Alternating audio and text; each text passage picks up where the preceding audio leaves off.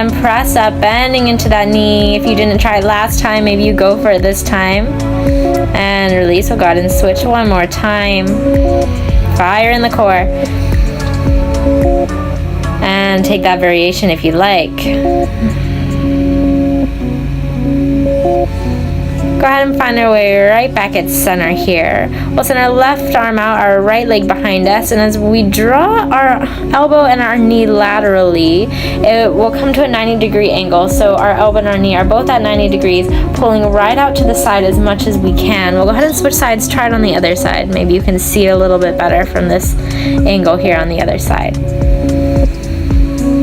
Alright, so we'll hold here, in and extend, hold up, in and extend. We've got 3 more, 3, 2, and 1. Go ahead and release. 1 more on the other side. So switch, right arm goes out, left leg back.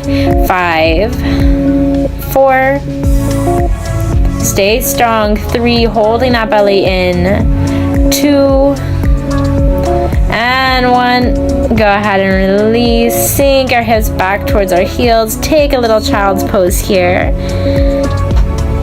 And next we'll go ahead and roll ourselves up all the way through Cobra, bringing our hips and our belly down onto the mat. And then go ahead and drop your elbows down into 90-degree angles for Sphinx pose.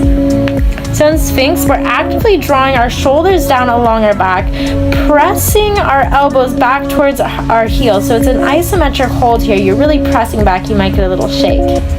So we'll go ahead and release and press right back up into a full Cobra, flowing up and down here, moving with your own body and your breath.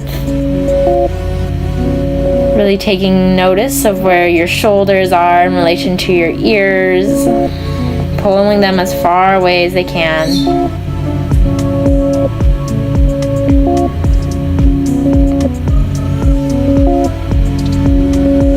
Go ahead and hold up this time, and we'll take some rolls in the shoulder.